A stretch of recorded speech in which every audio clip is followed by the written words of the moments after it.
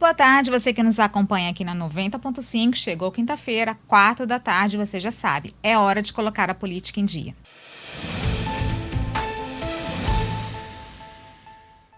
E hoje aqui comigo o capitão da PM, Vinícius Souza, que faz parte aí do grupo Policiais Antifascismo e é pré-candidato ao governo pelo PSTU. Boa tarde, capitão Souza, seja muito bem-vindo aqui no nosso estúdio da Jovem Pan News Vitória. Muito obrigada por ter aceitado o nosso convite. Boa tarde, Fabiana. As melhores recomendações a seu respeito, do camarada André Moreira, do camarada Vinícius Scherzoni. Para nós é uma satisfação muito grande. Em primeiro lugar, agradeço essa oportunidade, esse espaço concedido, para nós apresentarmos o nosso ponto de vista, a nossa visão das necessidades que hoje se apresentam para a classe trabalhadora no estado do Espírito Santo.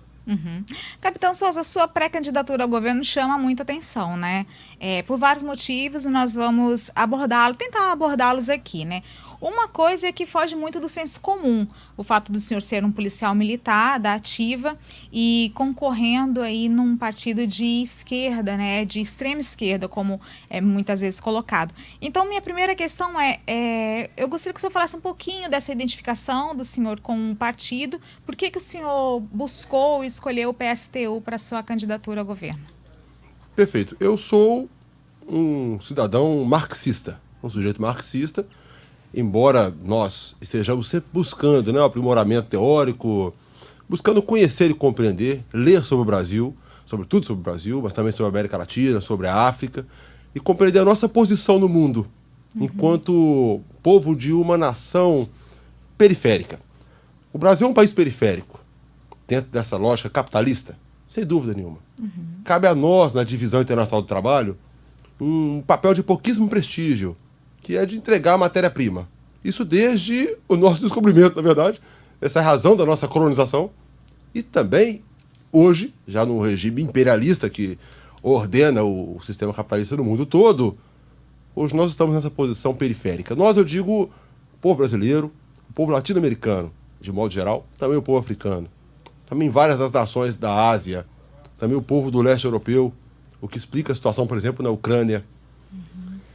Esse imperialismo, ele é atroz com esses povos, atroz. São povos que estão na miséria, são povos que, no melhor dos quadros, estão num regime de superexploração do trabalho. Um regime de acumulação capitalista, ele se orienta tão somente por isso, pela matemática da acumulação, seja ela, desse ela da maneira que for, né? Pela colonização, como eu disse, pelo roubo das riquezas, ou pelos subterfúgios que nós temos aí. E é preciso nós nos percebermos enquanto trabalhadores, enquanto classe trabalhadora. Nós, o povo que produz a riqueza nesses países. O Brasil é exemplo disso. Aliás, talvez o melhor exemplo, porque nossa posição no globo é uma posição de um país continental. Isso nos dá condições diferenciadas de lutar por uma mudança nesse quadro. Nós temos uma proporção continental. Coisa que não se pode exigir de países menores.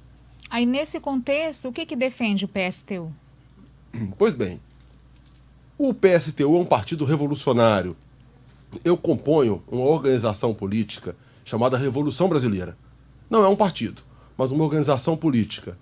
Essa organização política achou por bem buscar viabilizar essa candidatura, porque há um recado a ser dado para a classe trabalhadora, há um chamamento a ser feito a classe trabalhadora em todo o Brasil, e especificamente, no nosso caso, aqui no Espírito Santo. O PSTU é parceiro nessa hora. O PSTU faz a sessão da legenda, numa parceria com a Revolução Brasileira, aqui no estado do Espírito Santo, para que nós lancemos essa candidatura. Portanto, a nossa pretensão é vocalizar a Revolução Brasileira. O que é projeto do PSTU é também projeto da Organização Revolução Brasileira, mas muito além disso, não é um projeto partidário. Isso está muito claro, tanto para a PSTU quanto para qualquer que seja a organização. O que nós propomos, na verdade, é um governo com a classe trabalhadora, um governo, uma gestão orientada por conselhos comunitários e profissionais, que são os conselhos populares. E a partir daí, compreender as necessidades da população, ela mesma guiar as suas necessidades, né? Reaver as riquezas do povo, todas as riquezas que foram privatizadas ou tomadas de outras formas do povo, no decorrer da história, ainda são tomadas. Isso tem que ser retomado pelo povo. É nosso direito e nosso dever enquanto cidadãos lutarmos por isso, para que nossas crianças tenham abrigo, tenham moradia. Isso tem um custo. Então nós temos o Espírito Santo, por exemplo, arrecadou no ano passado 18 bilhões, algo em torno de 18 bilhões, é nessa faixa. Um número arredondado. 18 bilhões. Arrecadação de um ano. Para que o povo compreenda o tamanho disso, o lucro da Vale do Rio Doce, no ano passado, foi de 121 bilhões. O lucro tão somente. Eu não estou me referindo à arrecadação do Estado, ao superávit do Estado, que seria, digamos, o lucro do Estado, o que sobrou em caixa. Não. 18 bilhões é o total arrecadado. E 121 é o que sobrou no caixa da Vale para ser distribuído para acionistas internacionais. Que investimento eles fazem no Brasil? Nenhum. Nenhum investimento. Ah, mas é mérito porque eles produziram, eles construíram essa empresa? Não, eles estão explorando uma riqueza nossa, um recurso mineral nosso, numa empresa construída pelo povo brasileiro, certo? Na cara limpa. Uma empresa que foi vendida, no caso da Vale, apenas um exemplo emblemático, né? Foi vendida por 3 bilhões. 3 bilhões. É o lucro, 121, é o lucro de pouco mais de uma semana da Vale do Rio Doce, o preço de venda dessa empresa. Certo? Isso tem que ser desfeito, Fabiana. Assim como a Petrobras, um entreguismo tremendo, agora a bacia do Espírito Santo, da Petrobras, foi entregue, foi doada praticamente para o mercado financeiro, para esse imperialismo que é o sistema financeiro, o sistema bancário, uma elite bancária, que manda e desmanda na nossa economia, na nossa política. Foi vendida a bacia do Espírito Santo por 51 bilhões. Aliás, 75 bilhões. São 50 dias de produção. Foi vendida pelo equivalente a 50 dias de produção. Isso não pode seguir, Fabiana. Isso não pode seguir. Nossas riquezas, elas têm importância essencial para a nossa juventude, especialmente para as crianças, que nós temos um compromisso com as futuras gerações. Né? Capitão, o senhor já disputou outras eleições, né, como vice-prefeito. Por que agora disputar o governo do Estado? Perfeito. É necessário nós apresentarmos para a população capixaba, e sobretudo nesse momento, apresentarmos a gravidade desse quadro que nós enfrentamos. Para que ninguém se iluda com o processo eleitoral, Fabiana. De achar que vai eleger um presidente, vai eleger um governador e está resolvido. Nada disso. Eu apresento uma candidatura e deixo muito claro uma eleição de quem quer que seja o Capitão Souza ou qualquer dos outros, que na verdade representam uma mesma coisa, né? Um mesmo projeto de privatização, todos os demais. O mais à esquerda, digamos, que está posicionado à centro-direita, que é o atual governador, pessoalmente tenho um grande respeito por ele e por todos os demais. Mas, fazendo uma crítica política ao que está ocorrendo, e fica evidente, a privatização da AES Gás aqui do Espírito Santo já está decretada. Fala-se com um atropelo tremendo, com uma pressa tremenda na privatização do Banestes, da Cesan.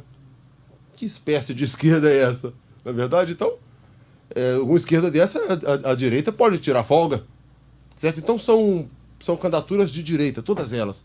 Nós entendemos a necessidade de apresentar um contraponto a isso. A nossa candidatura será a candidatura de esquerda, a candidatura contrária à entrega do nosso patrimônio. A candidatura que buscará muito mais do que isso, uma gestão a partir de conselhos populares. A partir de conselhos populares, que são conselhos comunitários, envolvendo, portanto, a população. Só a politização, a prática política das pessoas é que é capaz de convocá-las para a luta, de deixá-las conscientes de que é preciso luta para a transformação. Ninguém se transforma por eleições, nunca aconteceu no mundo. Somente a luta e a revolução. O senhor disse que todas as candidaturas são de esquerda, até do Fabiano Contarato, do PT? Eu disse de direita, né? Ou de direita, perdão. Verdade. A candidatura do senador Fabiano Contarato, ela merece uma análise muito específica. Eu me referi às candidaturas, às pré-candidaturas, que estão colocadas de maneira concreta. O senador Fabiano Contarato, nós estamos acompanhando pela imprensa, né, o Partido dos Trabalhadores está numa articulação nacional, na verdade, e uma orientação nacional vai inviabilizar essa candidatura aqui. O que é, aliás, eu quero registrar, um tremendo desrespeito com a militância, com a base. O partido é um partido que eu já construí no Partido dos Trabalhadores. Tenho amigos, tenho muito respeito pela militância, muita admiração e apreço pela militância, que eu sei que é franca e interessadíssima Agora, o que o partido está fazendo é uma burocratização absurda, e não é isso não é uma crítica ao PT especificamente, mas ao sistema partidário do Brasil, ao nosso sistema político. O sistema político fracassou, Fabiana. Onde já se viu da nacional de um partido inviabilizar a candidatura no Estado. Uma nacional, que no caso do PT, está fazendo uma aliança com Geraldo Alckmin. Certo? Isso é uma coisa afrontosa para nós de esquerda. Certo? Que nos move, inclusive, na direção de uma alternativa radical. Uma alternativa que retome uma tradição da esquerda nacionalista, retome uma tradição da esquerda do Brasil.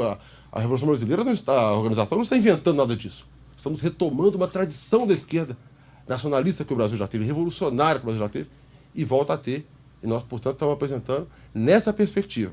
Portanto, com relação ao... Para não deixar de responder a questão colocada, a questão do PT, o PSOL também está numa situação que a nacional impõe ao Estado. Não é uma construção livre da militância das bases e mesmo do partido no Estado do Espírito Santo, nem do PT e nem do PSOL, ao contrário disso. É uma violência imposta de cima para baixo, né, que vai tirar a capacidade de vocalização desses partidos, daquilo que eles entendem que é um projeto para o Espírito Santo. Nós cumpriremos, portanto, um papel de representar toda a esquerda, e dialogar com essa esquerda reformista, com essa esquerda liberal e reformista, no sentido da Revolução Brasileira. Apontar que é necessário radicalismo para lidar com esses problemas. E a gente vai tocar nesse ponto daqui a pouquinho. Tá bem. Eu vi que no lançamento da sua pré-candidatura também foi lançado um pré-candidato ao Senado. Agora, com relação ao nome de vice, já tem? Vai ser toda uma chapa puro sangue? Vocês estão conversando com outras siglas? Como é que está isso? A minha conversa é permanente, porque você sabe da minha condição de militar da ativa, eu não tenho filiação partidária, né? Então eu converso muito livremente com todos os atores, independente de partido, os atores que querem transformar esse sistema político. Nós só não temos diálogo com o sistema político. Não dá mais para ter diálogo com esse sistema que está posto aí. Agora, as organizações políticas que vislumbram uma transformação revolucionária desse quadro que se coloca, nós respeitamos todas elas, conversamos com todas elas. Como será a composição? Vice, eu confesso que isso nós não ajustamos, porque o que não falta é uma fartura enorme de nomes, né, para compor conosco. Mas seria dentro do PSTU ou tem alguma outra legenda próxima que pode compor com vocês? Não necessariamente dentro do PSTU, mas essa é uma construção que o próprio partido está fazendo, e eu, portanto, respeito, né, essa construção. Agora, ninguém que está nesse diálogo está exigindo vaga em nada disso, porque essa nossa conversa, nossa candidatura, ela não tem o objetivo puramente eleitoral, né? É uma construção, um diálogo com a classe trabalhadora, como foi colocado. Portanto, nós queremos garantir esse local de vocalização, a candidatura. Como viabilizar? É preciso um vice preparado, o vice da classe trabalhadora. Se temos alguns exemplos, o PCB tem o Maurão é um especialista em transporte público. Seria fantástico, né? O próprio PSTU tem vários quadros que são especialistas na área da educação, vários quadros. O próprio PSOL, isso não seria viável, né, pela questão, mas eu não acompanho esse aspecto. O próprio PSOL tem quadros maravilhosos, Gilbertinho, o Tony Cabana, eu citei aqui André Moreira. Não faltam pessoas, certo, que contribuiriam sobremaneira para essa construção. Agora, tem que ver a questão partidária, se essas pessoas estão desimpedidas e têm condições para a filiação. Para mim, portanto, é uma questão formal. Importa mais com quem eu estaria ombreando, quem estará comigo. Vai estar na condição de candidato a vice ou não, para mim é um detalhe. O PCB já fechou com o PSTU? Não. O PCB ele está fazendo uma avaliação, ele próprio, de qual vai ser a tática que ele irá adotar nessa eleição. Isso é muito legítimo, né? Portanto, não tem nada em relação ao partido, não tem nada fechado. Eu cito esses nomes com muita liberdade porque são pessoas que estão na minha construção diária, pessoas que eu consulto para a construção do plano de governo, né? Independente de partido, do PSOL, certo? Faço consultas diárias a camaradas do PSOL, também do PCB, também da UP. Portanto, assim, não tem agora, se essa vai ser a tática eleitoral do PCB, da UP, do PSOL e contra a legenda, a gente sabe que há uma outra dinâmica, né? A gente respeita. A gente respeita muito isso. Eu vi que no lançamento da sua pré-candidatura tinha alguns representantes de outros partidos, inclusive do PSOL, tinha a Camila Valadão, que ela fez uma fala até de apoio à sua pré-candidatura. Você conta com o apoio de outros, eu não digo de outros partidos, mas de representantes de outros partidos da esquerda? Sim, conto com o apoio. A questão é que essas pessoas, por estarem filiadas e estarem, cada partido na sua É um apoio mais construção, velado, assim. Isso, até o momento, nós estamos esperando, porque essas declarações serão feitas de público no momento em que for conveniente, né, na verdade, em que for possível para essas pessoas, né, fazerem esse tipo de anúncio. Mas você pode antecipar quem são essas pessoas que já declararam apoio? Eu prefiro não mencionar, aguardar que essas pessoas façam essa menção, por uma questão até mesmo de respeito, né, à construção partidária de cada um, para não criar saia justa para ninguém, né? Tá. Mas nós temos pessoas em todos... E só para não deixar de responder, Fabi, a questão do Felipe Schitter, que foi colocada. Felipe Schitter é uma pré-candidatura, aliás, brilhante para o Senado, que virá representar a percepção de um trabalhador de dentro da Universidade Federal. E perceba como que hoje a nossa educação é elitizada. E perceba como que hoje a nossa educação sofre ataques do governo federal cotidianos, e aquele pouco que o povo brasileiro tem, ele tende a perder. Portanto, é uma luta necessária, a democratização e a ampliação do acesso ao ensino superior, né? E também ao ensino médio e ensino fundamental. Nós precisamos de escolas de tempo integral.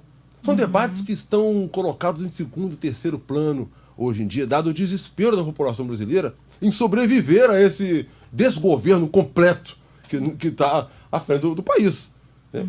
E um governo do Estado que tem sido silente, certo? Que tem sido tolerante, por exemplo, com essas privatizações que eu mencionei aqui. Precisamos de um enfrentamento a isso, né? Por isso, figuras como o Felipe Schitter, nossa, representam muito bem isso aí, sabe? E é uma candidatura brilhante, muito, muito especial, e eu gostaria, assim, que o cidadão que está nos ouvindo fizesse esse esforço de fazer uma pesquisa, sabe? Uma pesquisa nas redes sociais, porque o nosso espaço de apresentação na imprensa e também no período eleitoral é um espaço curtíssimo. Os grandes partidos, né, o sistema político, domina todo aquele tempo ali. Nós não teremos tempo de televisão, nada disso. Dinheiro de fundos bilionários, fundos eleitorais bilionários com dinheiro do povo, nada disso nós teremos. Então o povo tem que fazer também o esforço de buscar informação, saber quem é o Capitão Souza, quem é o Felipe Schitter e quem é que anda com a gente. Capitão, e como é que o partido vem com relação às chapas de federal e de estadual? Vocês têm chapas completas? O partido não, até o momento, não fechou posição em relação a isso, pelo que eu acompanho. Como eu disse, eu não estou inserido no dia a dia do partido, nessa questão da estrutura partidária, né? Nosso diálogo não é político. Mas vai ter chapa para disputar, ou não? Acredito que sim. Há vários quadros com essa condição, mas isso aí o Felipe Schitter teria melhores condições, que ele é também presidente do partido. Eu não consultei a ele com relação a essa especificidade. E aí eu já pergunto porque eu queria saber se a sua candidatura ao governo ela é irreversível ou se lá na frente você pode, de repente, decidir ou definir disputar outros cargos dentro da sigla. Não, é irreversível.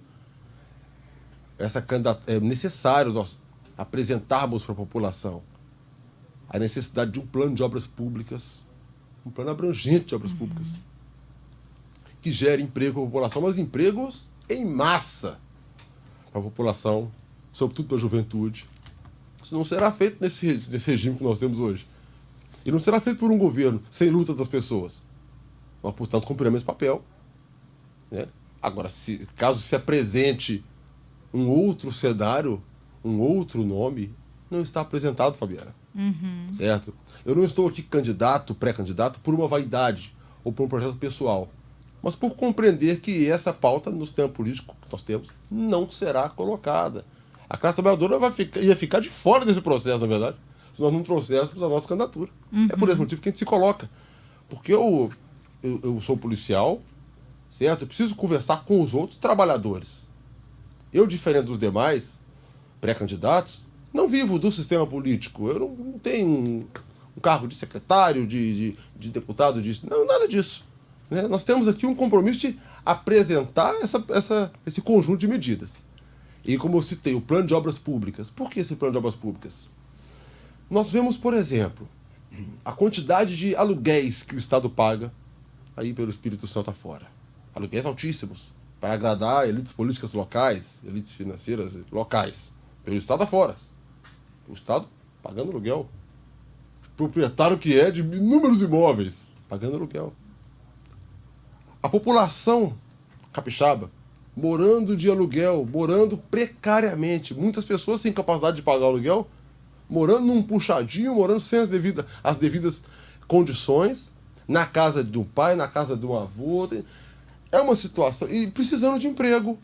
Ora, se nós temos a matéria-prima no nosso país, se nós temos a necessidade, a demanda, portanto, por moradia. Um exemplo apenas: moradia, escolas, um programa de escolas integrais demanda construção, destacamentos da polícia. Inclusive, tem uma reformulação robusta das polícias a ser feita, debatida com a população e executada rapidamente no Espírito Santo. Mas destacamentos de polícia comunitária, de proximidade e também investigativa. A questão da saúde também, nós precisamos de uma rede de saúde mais próxima da população. São obras que, para serem executadas, a matéria-prima nós já temos.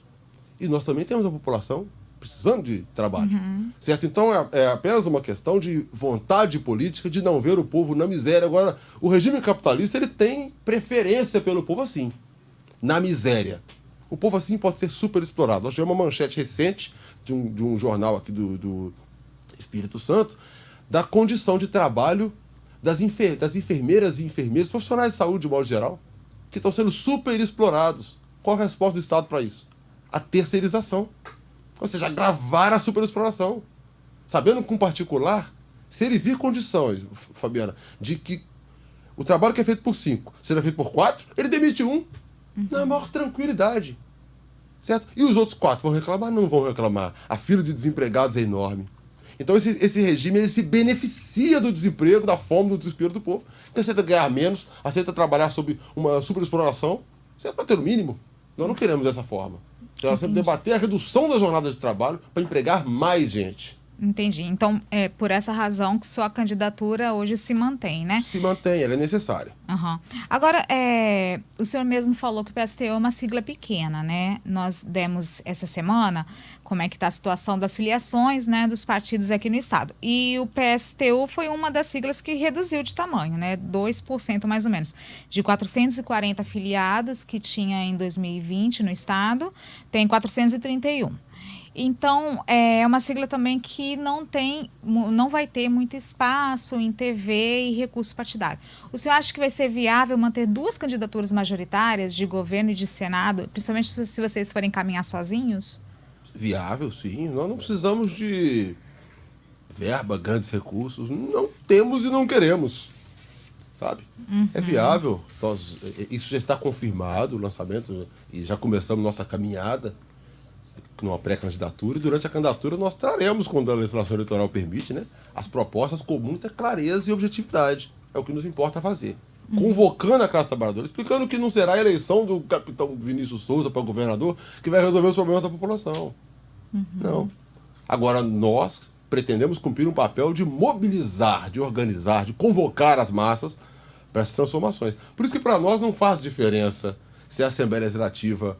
Aliás, fazer diferença, é claro que faz, porque quanto mais espaço na mão de trabalhadores dentro desse sistema político, melhor para o povo. Para destruir esse Estado, esse sistema político que joga contra nós.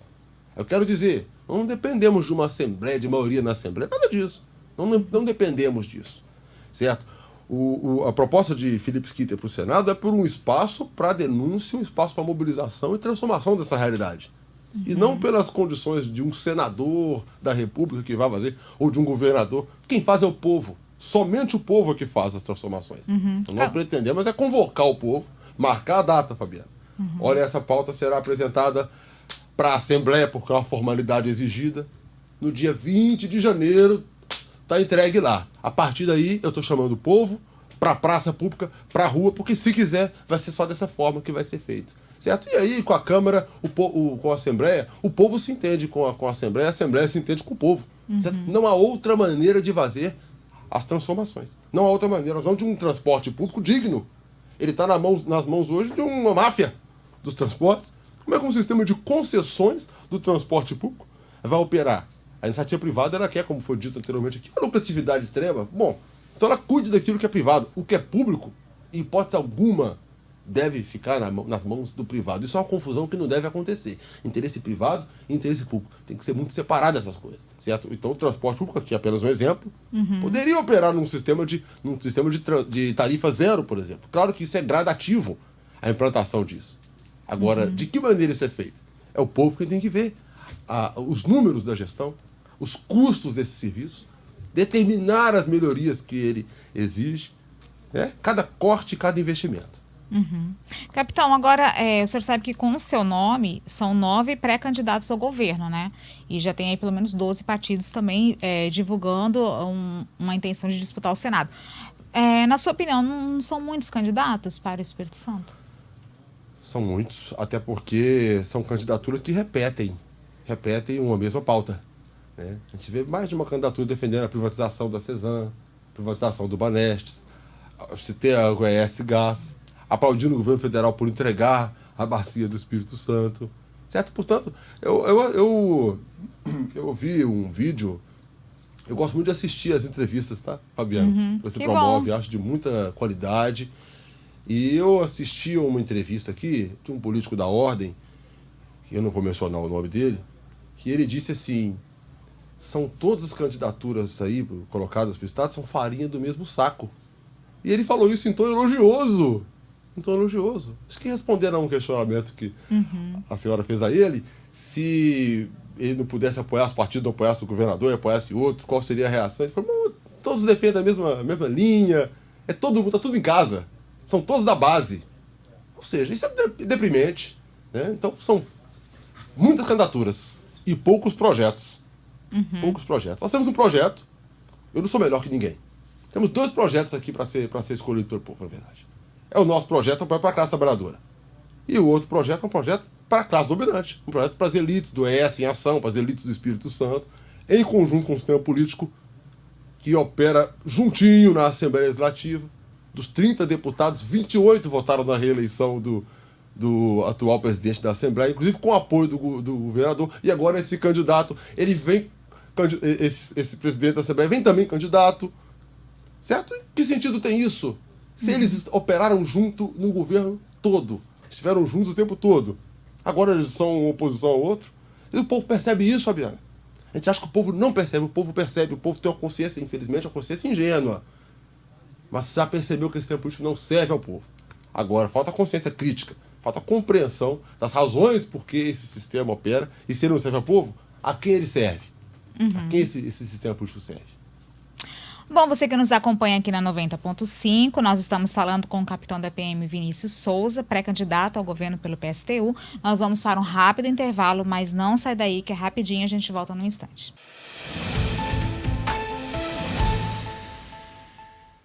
Voltamos com De Olho no Poder, seu programa para colocar a política em dia. Hoje aqui comigo, o capitão Souza, pré-candidato ao governo, já falou aí um pouquinho das articulações políticas, do porquê que ele quer ser candidato ao governo.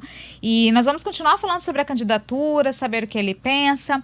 Capitão, eu vi que o projeto político-militar, que é um projeto que apoia aí militares na eleição, ele não está, no caso, apoiando o senhor, né? O senhor chegou a pedir apoio dessa organização? Chegou a se inscrever para participar do crivo dos seus colegas de corporação ou não? O senhor não teve espaço? Não, a categoria não reconhece esse projeto como sendo um representante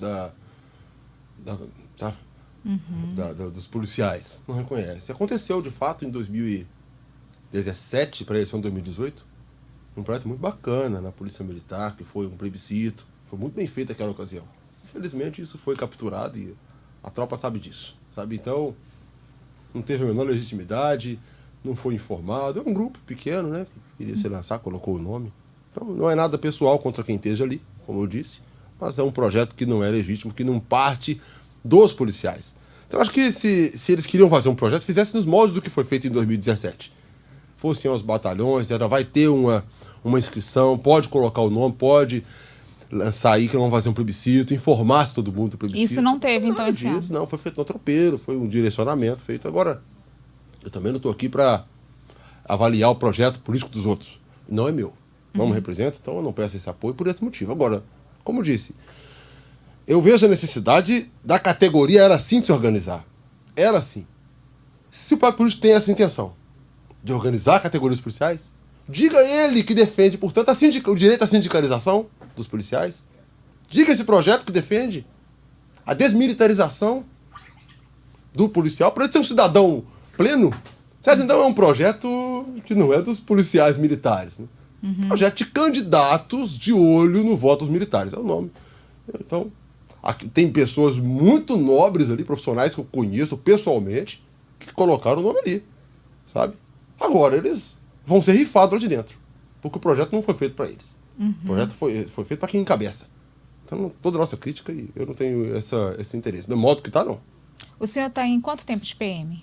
Eu vou fazer 15 anos de Polícia Militar. 14, quase 15 completos. E o senhor falou aí na resposta anterior que defende a desmilitarização da Polícia Militar. É isso? Sim, sim.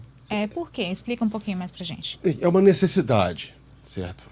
Não há ilusão, como alguns dizem aí, leigos, que a desmilitarização vai acabar com a violência policial. Não tem, uma coisa não tem relação com a outra. Não tem. Essa desmilitarização, que tem foco na violência policial, é uma desmilitarização da segurança pública, que eu também defendo. É tirar do imaginário do policial civil, do policial militar, do policial federal, da imprensa e mesmo da comunidade, que nós estamos em guerra contra alguma coisa, contra alguém. Não há guerra nenhuma. A visão de guerra, a visão guerreira, ela é uma total falência em matéria de segurança pública. Segurança se faz com investimento público, com políticas públicas, com atuação política séria, interessada em resolver o problema da pobreza, da miséria, que leva a um quadro de vulnerabilidade. O sujeito está vulnerável, ele é vítima de um crime. Certo? Então, a melhor maneira de proteger a pessoa é garantir os direitos dela. Os direitos fundamentais daquela pessoa ali. Porque quem tem uma boa condição de moradia, uma boa condição de transporte, certo? Uma boa condição de educação, ele está menos propenso a ser vítima. Hoje, o olhar que é direcionado pelo sistema político, tanto quem se apresenta de esquerda quanto de direita, é uma visão liberal, uma visão sobre o criminoso. O que tem que ser feito um criminoso? Olha, isso aí é secundário, Fabiano. Secundário. Claro que nós refutamos qualquer violação dos direitos humanos que é proposta aí. Mas é secundária essa questão. O que tem que ser feito é a observação das condições da vítima, porque o crime ocorre devido à vulnerabilidade da vítima. Esse é o ponto central. Direito à segurança é a segurança dos direitos. Agora, a desmilitarização da instituição polícia é um outro tema. Envolve o direito de organização, os direitos dos trabalhadores policiais. Inclusive o direito a um plano de carreira digno, porque hoje nós temos 2 castas na Polícia Militar. 2 castas, dos oficiais e das praças. Então, diferente de qualquer outra polícia no mundo, o soldado, ele entra, ele vai na carreira dele, progredindo, ele para onde? Para com o cabo. É o primeiro degrau posterior. Não está bacana isso, ele precisa de um curso, uma prova, um concurso interno, um teste físico para ir a sargento. Quando eu que sou capitão da Polícia Militar, para eu ir a major, não preciso disso. Ora, porque a Polícia Militar não cobra dos oficiais? Eu, por exemplo, estou dizendo, eu vou a major, não vai ter prova, não vai ter seleção, não vai ter teste físico, não tem nada disso. Aí pega um sargento com um cabo, com 23 anos de polícia, e fala para ele, ó, faz uma prova. Ou espera a antiguidade, com 20 e tantos anos para ir. E quando chegar a antiguidade dele, ainda assim, ele tem que fazer um teste físico. E quantos excelentes profissionais eu conheço do batalhão que eu trabalho ficam de fora desse teste físico? Ora, que lógica tem isso? Certo? Então seria uma mudança na estrutura hoje da Polícia Militar, como é que ela funciona internamente, seria isso? Sim, de modo que ela possa atender a comunidade, mas há uma outra questão muito importante a ser colocada, além da desmilitarização. É preciso democratizar. É preciso que os conselhos populares, os conselhos comunitários, elejam os comandos. Os comandos têm que ser eleitos pela população. E os comandos administrativos, não operacionais, operacionais pela população. E os comandos administrativos pela tropa. A tropa eleger os comandos administrativos, a população eleger os comandos locais. Assim como na educação também deve ser feito. Essa coisa de indicar o diretor politicamente, isso é uma luta antiga, né, da educação, que tem que ser eleito pela comunidade escolar. E assim em todo o serviço público. É preciso se ter a lógica do Conselho Popular funcionando. Então, o comandante da corporação seria eleito pelos policiais militares, isso? O comando administrativo pelos policiais militares. E o comando operacional, cada comando local de polícia, em cada local, cada companhia, batalhão, todos os locais, destacamentos, eleito pela comunidade. A comunidade tem que aprender a fazer essa escolha. Capitão, qual a sua opinião sobre essa política de armamento da população civil, que é tão defendida pelo governo federal atual? Como que o senhor vê isso, na sua opinião? Isso mais ajuda ou mais atrapalha o trabalho do policial? No formato que é feito hoje, o problema não é tanto do trabalho do policial. O problema é um problema de luta de classes. Nós temos uma violência no campo enorme e ela está relacionada à propriedade sobre a terra. Esse é o fato. Esse é o fato da disputa de terra no campo, certo? E essa é uma luta histórica que não é resolvida. Então o que está sendo feito é armar uma elite rural. O povo tem acesso às armas? Não. O povo não tem nem dinheiro para comprar isso, certo? O povo não tem dinheiro. As taxas são altíssimas, as armas são caríssimas. Então não existe essa conversa de que mudar a legislação para o povo ter acesso às armas. O que foi feito foi o contrário. Elitizou-se o acesso às armas e garantiu o acesso às armas apenas a essa elite financeira, né? Então isso daí não resolve nada. Agora, o direito às armas, sim, a classe trabalhadora tem que controlar as armas, no sentido de controlar as polícias, no sentido de controlar as guardas municipais, que foi mencionado antes aqui, pelos conselhos populares, né? Controlar tudo que ela produz e tudo que está a serviço do país. Entendi. É uma política totalmente desvinculada disso aí que está sendo proposto pelo sistema político. Ok. O senhor é a favor da colocação de câmeras nos uniformes dos policiais? Como que o senhor vê essa política pública? Perceba bem, Fabiana, eu entendo que a cada ano, estou na polícia já observando isso, a cada ano vem uma medida, sabe, assim, mirabolante, milagrosa, que agora vai resolver. E vem com uma medida liberar uma pequena reforma. Se tiver de colocar a câmera no uniforme do policial, se isso fosse demonstrado como cientificamente vantajoso, é uma conversa com a categoria e coloca essa câmera. A câmera. Não é essa a questão central.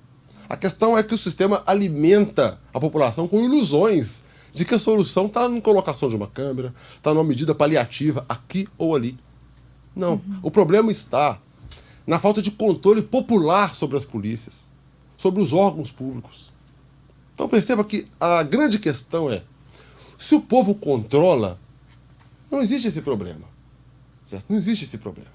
Claro que a lógica de equipar é muito benéfica também para essas empresas que, juntamente com o sistema político, né, fazem essa tabela e estão sempre licitando alguma coisa. Tem sempre uma licitaçãozinha, sempre que ter. Essa é a lógica do nosso sistema político, certo? Então acho que a solução não será por uma licitação, mais uma licitação fraudulenta e suspeita. A solução será, certo, numa radical transformação do modelo de polícia que nós temos. Medidas paliativas, eu não sou contra, mas não vendo a ilusão de que elas serão solução. E qual que é a sua opinião sobre o combate que se faz hoje às drogas? Não é feito hoje um verdadeiro combate às drogas. Não é feito. Verdadeiramente, o que é feito hoje é um combate, uma guerra à pobreza. É um combate aos pobres, certo? Isso é feito. Então, o que eu entendo é que é preciso a questão das drogas ser tratada pela área da saúde, nas duas frentes. Tanto na condição da recreação, se é droga recreativa, se é um problema do abuso de drogas, como lidar com isso, o tratamento desse problema de saúde, porque o policial militar não cura a dependência química, não cura. O que ele faz é agravar esse quadro, não por culpa dele, policial, mas porque o sistema manda o policial resolver um problema que não resolveu em investimentos em saúde pública e nem em educação pública. E também por outro aspecto, que é utilizar essas drogas, quando possível, do ponto de vista da farmácia, utilizar essas drogas do lado como medicinal, né? O uso medicinal. Então nós temos, por exemplo, a maconha tem propriedades medicinais, públicas e notórias e conhecidas. Nós somos, portanto, entusiastas de que isso seja utilizado a favor do povo. Certo? Porque e com relação às outras drogas? Todas elas. Eu entendo que a criminalização não resolve. É preciso descriminalizar essa questão para que deixe ser um problema de polícia. e passe a ser tratado com realidade, com sinceridade, com competência, por profissionais de saúde. O Estado não vai querer fazer isso. É o povo que tem que exigir. Porque o Estado prefere usar o policial, que é o bombril. É barato e mil e uma utilidades. Certo? Então nós temos um problema de uso de droga. Manda a viatura da polícia. Ora, isso é de uma hipocrisia, é de uma demagogia, de uma hipocrisia muito grande. Sabe? Então, na verdade, é uma maneira de controle social. Porque se houvesse interesse em resolver a questão da drogadição, o problema seríssimo que é nas famílias, o chamado popularmente vício na droga, não o uso recreativo, controlado, não, mas o vício é um problema seríssimo das famílias, inclusive aqui no Espírito Santo. Se houvesse interesse, Fabi, o que mais tem são terapias. Agora, se é uma pessoa que está usando e que é um filho das elites, ele vai para as melhores clínicas, sabe? Só estou dizendo que para a classe trabalhadora, esse é o mesmo tratamento que deve ser dado.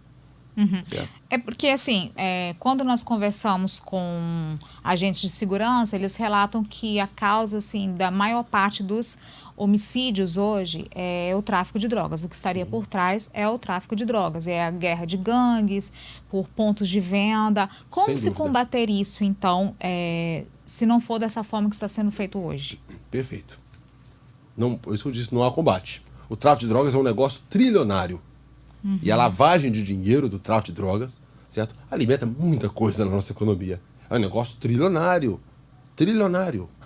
É da proporção do petróleo, falando-se em termos internacionais.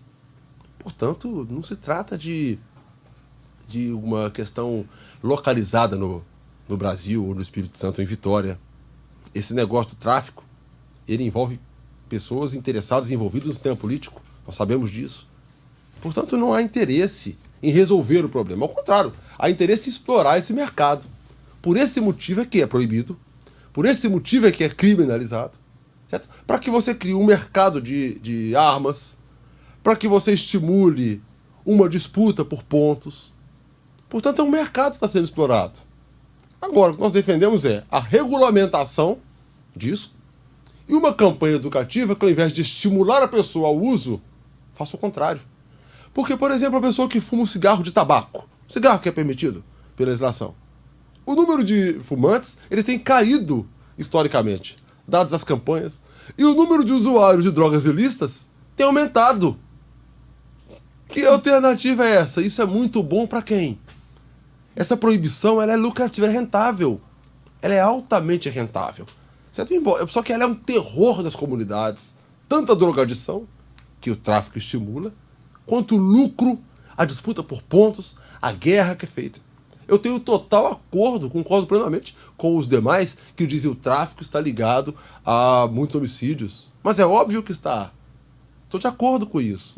A maneira de enfrentar o tráfico, certo? É enfrentar o problema da drogadição. É que o senhor discorda, no caso. Exato. O enfrentamento é errado. É preciso enfrentar o tráfico de drogas, o problema da drogadição, pela lógica da saúde pública. Certo? E o mercado de uso de drogas e o mercado de drogas regulares ser regulamentado. Pagar o tributo que deve ser pago. Capitão, vou fazer aqui rapidamente 2 perguntas em uma por causa do nosso tempo, que está bem corrido.